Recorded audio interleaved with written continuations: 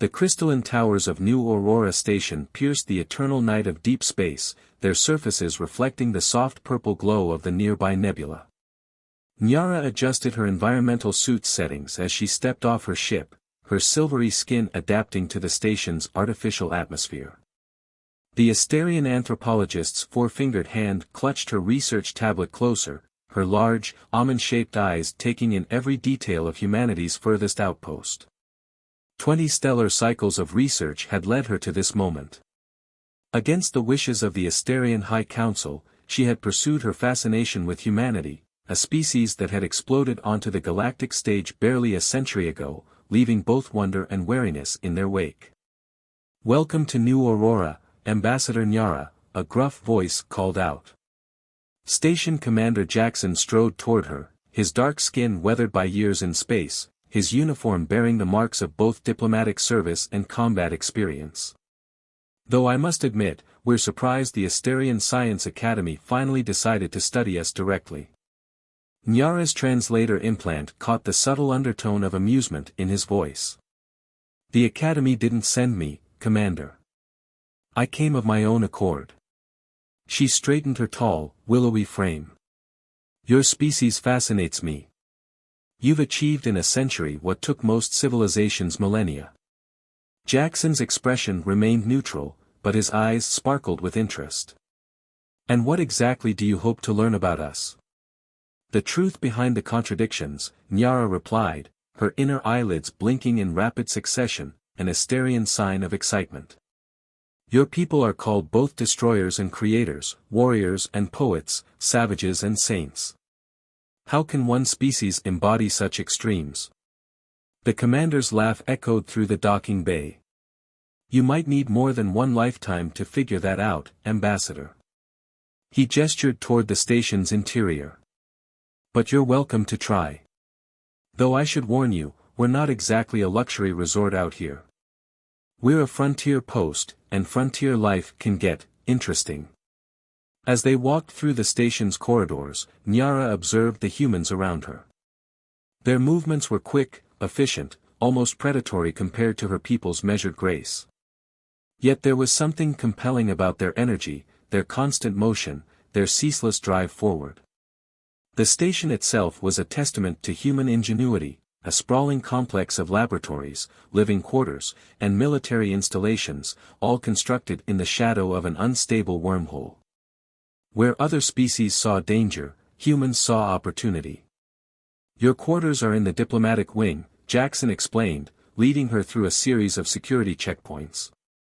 "Though given your research interests, you might spend more time in the combat training facilities. That's where you'll see humanity at its most concentrated." Nyara detected the warning in his words. "You think I should be afraid?" Jackson stopped, turning to face her fully. "No, Ambassador. But I think you should be prepared. Humans are at their most human when pushed to their limits.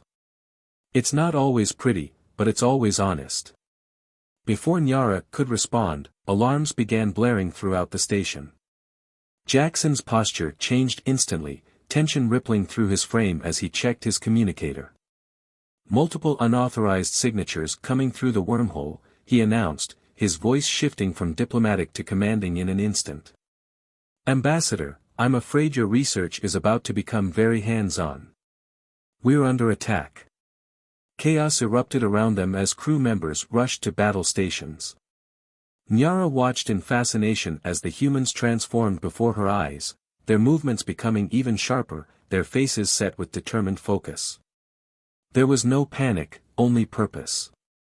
"Get to the secure diplomatic bunker," Jackson ordered, already moving toward the command center.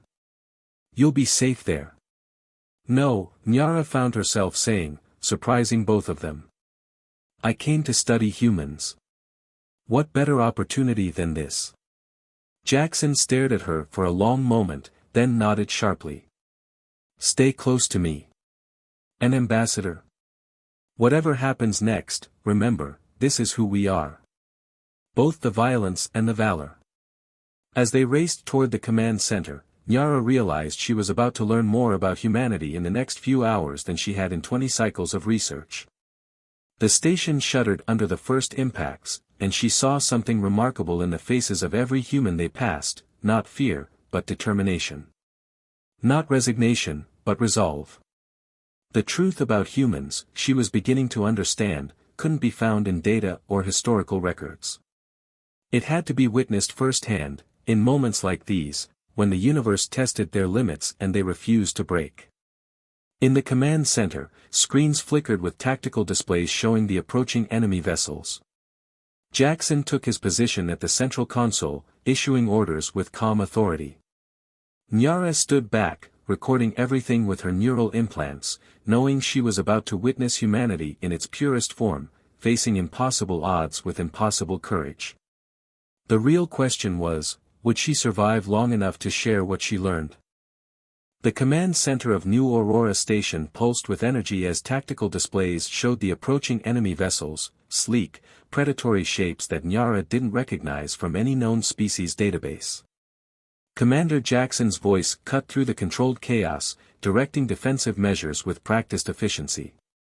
Orbital defense grid online, a young lieutenant called out, her fingers dancing across holographic controls. Shield capacity at maximum. Multiple biosignatures detected on the hostile vessels, another officer reported. Sir, they're not matching any known species patterns. Jackson's expression hardened. Raiders, he said, his voice low and dangerous. The kind that's been hitting remote stations across 3 sectors. Well, they picked the wrong target today. Nyara watched in fascination as the humans around her coordinated their defense. Their movements were precise, almost choreographed, yet there was an underlying intensity that made her skin tingle. Her people, the Asterians, prided themselves on their logical, measured responses to crisis. But this was different. The humans weren't just responding to the threat, they were rising to meet it. The first impact rocked the station, making the deck plates shudder. Direct hit on Section C, someone shouted. Shield integrity at 82%. Return fire, Jackson ordered calmly. Pattern Delta 6. Let's show them why you don't corner a human. The station's defense batteries roared to life, sending streams of plasma fire into space. On the main display, Nyara watched as 2 of the raider vessels took direct hits, their shields flaring brilliant blue before failing. But the raiders were not easily deterred. 3 more ships emerged from the wormhole, their weapons already charging. They're targeting our primary reactor, the tactical officer announced, his voice tight with tension. Jackson's response was immediate. Initiate Protocol Omega. All non-essential personnel to evacuation stations. He turned to Nyara, his eyes intense. Ambassador, this is your last chance to reach the bunker. But Nyara stood her ground, her research tablet recording everything. I stay, she said simply. This is what I came to study. A ghost of a smile crossed Jackson's face. Your funeral. He turned back to his crew. Launch fighters. All squadrons. The next few minutes were a blur of action. Nyara watched as human pilots launched into space, their small fighters darting between the larger raider vessels with impossible agility. The humans fought with a combination of disciplined precision and wild improvisation that defied everything she knew about combat doctrine. Sir. The communications officer's voice was urgent. We're picking up a distress signal from the research outpost on Helios Minor. The raiders hit them first, there are civilians trapped there. The command center fell silent. Nyara could see the conflict on Jackson's face, the station was still under attack, yet there were innocents who needed help. In that moment, she witnessed another facet of humanity that her research had never fully captured. Lieutenant Reed, take command here, Jackson ordered, already moving toward the door. I'm leading the rescue mission myself. Commander, Nyara found herself saying, I request permission to accompany you. Jackson paused, studying her with those intense eyes. This isn't a research opportunity, Ambassador. This is combat. Precisely why I must go, she replied. My people need to understand yours. Not just your victories, but your choices. After a long moment, Jackson nodded. Gear up. We leave in 5 minutes.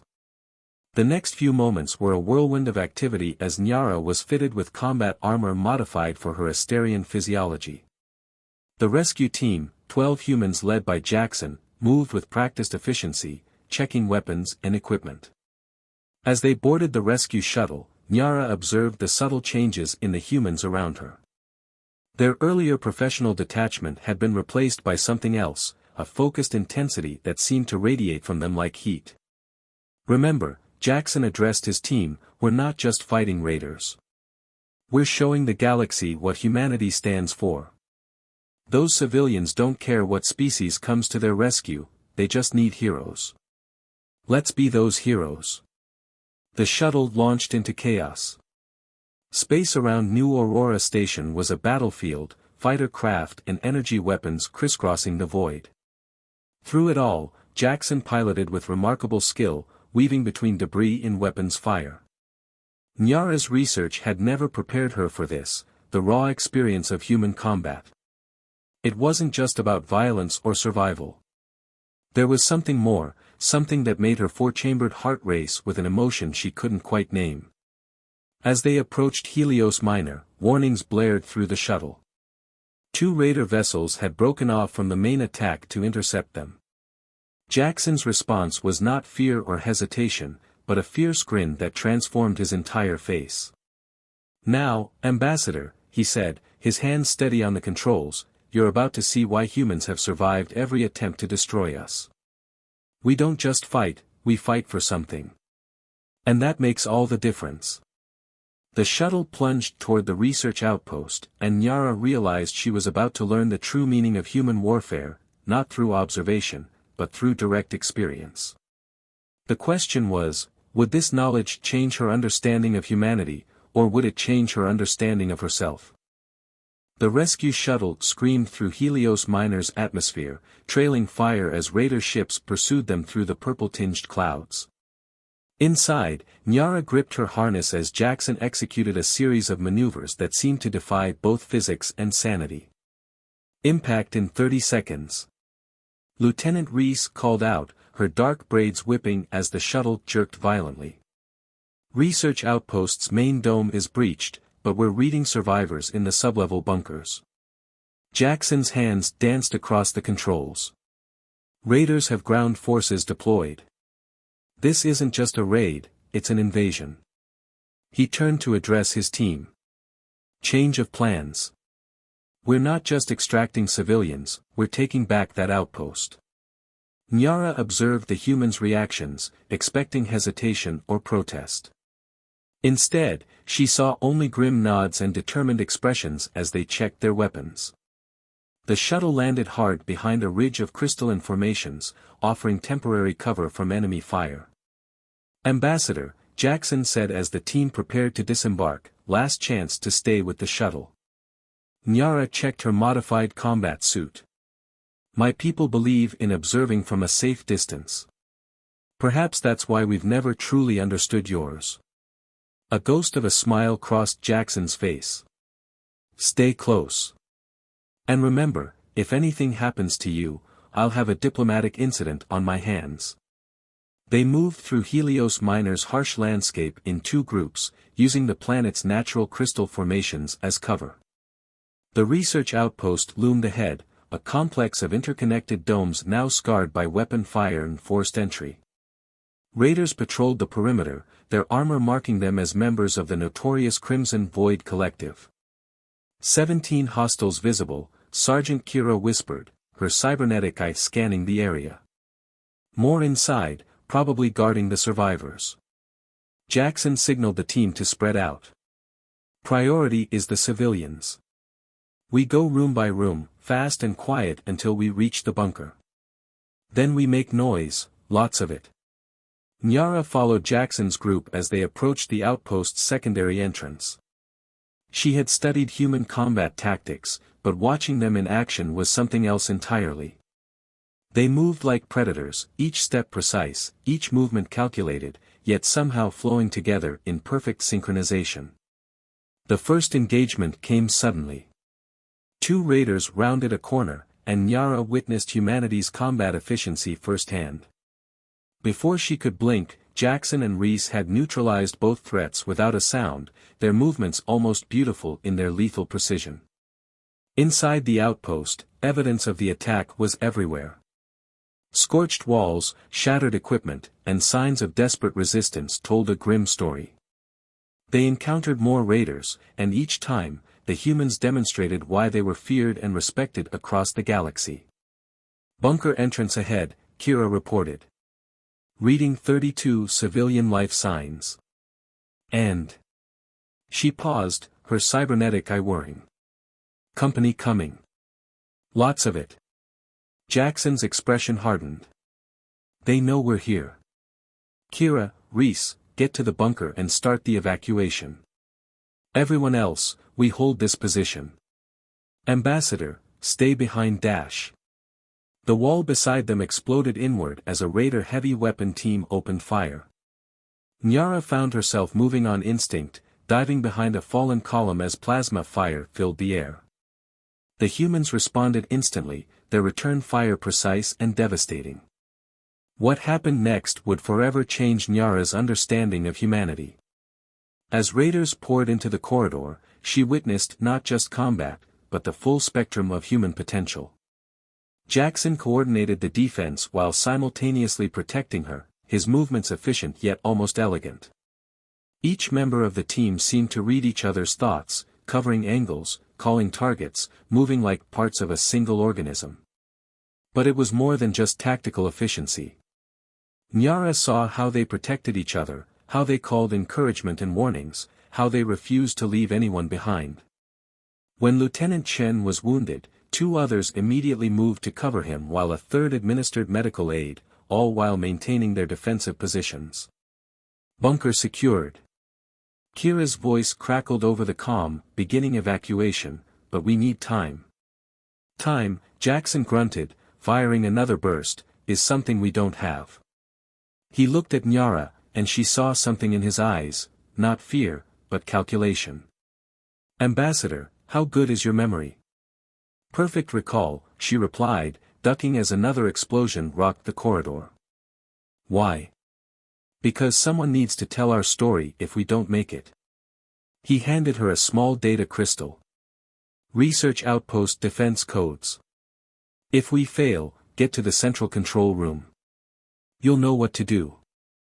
Before she could respond, a new sound filled the air, the distinctive whine of raider dropships. More incoming, someone shouted. They're landing on the roof. Jackson's face showed no fear, only determination. Then we make our stand here. For those civilians, for each other, for everything we believe in. He looked at his team. Show them why humanity never backs down. As the battle intensified, Nyara witnessed something she would never forget. The humans didn't just fight, they transcended. When ammunition ran low, they improvised. When raiders breached their position, they adapted. When hope seemed lost, they found reserves of strength that defied explanation. And through it all, they protected her, not just as a diplomatic asset, but as one of their own. In that moment, Nyara understood what her research had never revealed: humanity's true strength wasn't in their weapons or tactics, but in their unshakable spirit, their ability to face impossible odds with unwavering resolve. The question was no longer whether she would survive to document this revelation. The question was whether the galaxy was ready for the truth about humanity, a truth written in blood, courage, and stardust. The central control room of the research outpost had become their last stand. Jackson's team had successfully evacuated most of the civilians, but the raiders' reinforcements had cut off their own escape route. Nyara's perfect recall captured every detail of the humans' desperate defense, not for her research now, but for posterity. Main generators failing, Reese reported, her hands flying over the controls. Backup power at 40% and dropping. Jackson surveyed their dwindling group. 3 wounded, including himself, though he refused to show it. Status on the civilian transport. Breaking atmosphere, Kira confirmed, her cybernetic eye flickering. They'll make it to New Aurora Station. Nyara watched as Jackson processed this information. She had learned to read human expressions over the past hours, and what she saw now was not defeat, but calculation. You have a plan, she said. It wasn't a question. Always. Jackson's grim smile had become familiar to her. The raiders want this outpost's research data. That's why they didn't just bombard it from orbit. He turned to his team. We're going to give it to them. All of it. At once. Understanding dawned on Nyara. The quantum servers. A complete data dump would overwhelm their systems. And create one hell of a feedback pulse through their neural interfaces, Reese added, already typing commands. But sir, that would fry our systems too. We'd be blind. Not blind, Jackson said, looking at Nyara. Ambassador, your neural architecture is different from both human and raider systems. You'd be immune to the feedback. Nyara straightened her tall frame. You want me to guide you out? Through a complex full of hostile forces, in the dark, while they're all incapacitated. Jackson's eyes met hers. Still want to understand humanity up close? Before she could respond, proximity alarms blared. The raiders had reached their level. As the team took defensive positions, Nyara made her decision. Initialize the data dump. I will be your eyes. What followed was chaos orchestrated into art. The quantum pulse rippled through the outpost's systems, overwhelming every neural interface and electronic system. Raiders fell screaming, their enhanced combat systems betraying them. The humans, having disconnected from their own systems moments before, moved through the darkness with practiced precision, guided by Nyara's enhanced vision. They fought their way down through maintenance shafts and emergency corridors, Nyara calling out enemy positions and obstacles. She watched in amazement as the humans adapted instantly to fighting without their technology, relying on training and instinct. Their trust in her guidance was absolute, despite her being an alien they barely knew. You are remarkable, she told Jackson as they paused in a service tunnel.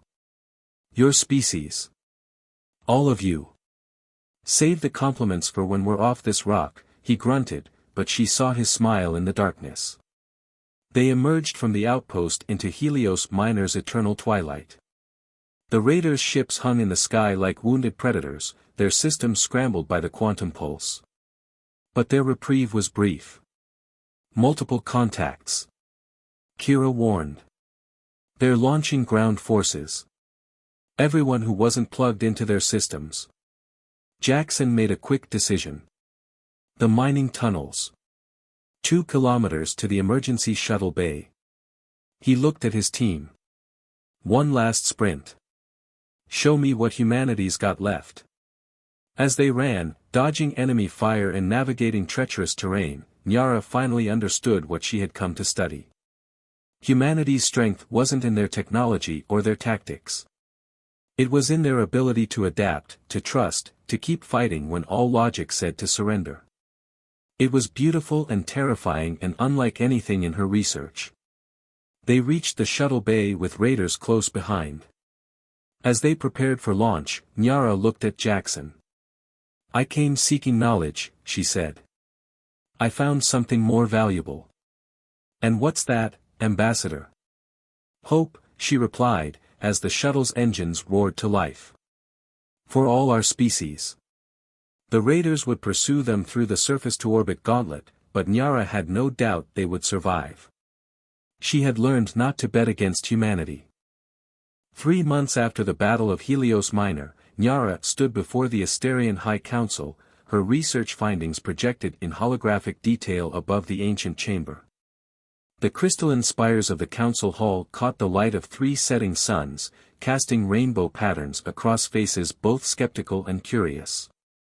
You propose an unprecedented alliance, first speaker Talon said, his silver-scaled face unreadable. Based on your experiences with a single human commander and his team. I propose survival, Nyara replied firmly. The Crimson Void grows stronger. They strike at research outposts, colonies, any target they deem vulnerable.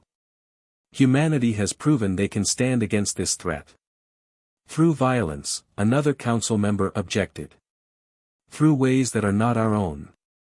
Nyara activated another hologram, footage from her neural recordings of the Helios Minor evacuation. Through sacrifice, she corrected. Through protecting others at any cost. Yes, humans are warriors. But they are warriors who stand between civilians and danger. Between order and chaos. The council chamber fell silent as they watched Jackson's team fighting to protect the outpost survivors. Nyara had edited the footage carefully, showing not just the combat, but the moments between, the compassion, the cooperation, the unshakable spirit that had changed her understanding of humanity. There is more, she continued. Since Helios Minor, human forces have successfully defended 12 outposts from raider attacks. 3 of those outposts belonged to our people. She let that sink in. They fought for us, without being asked. Without demanding compensation. First Speaker Talon leaned forward. And now Commander Jackson proposes joint defense operations. He proposes partnership, Nyara corrected. Humanity's strength combined with our technology. Their adaptability with our strategy. Their courage with our wisdom. The debate raged for hours. Nyara stood her ground, presenting evidence, sharing experiences, demolishing preconceptions about humanity one by one. Finally, First Speaker Talon raised his hand for silence. We have deliberated, he announced. Ambassador Nyara, you will return to New Aurora Station.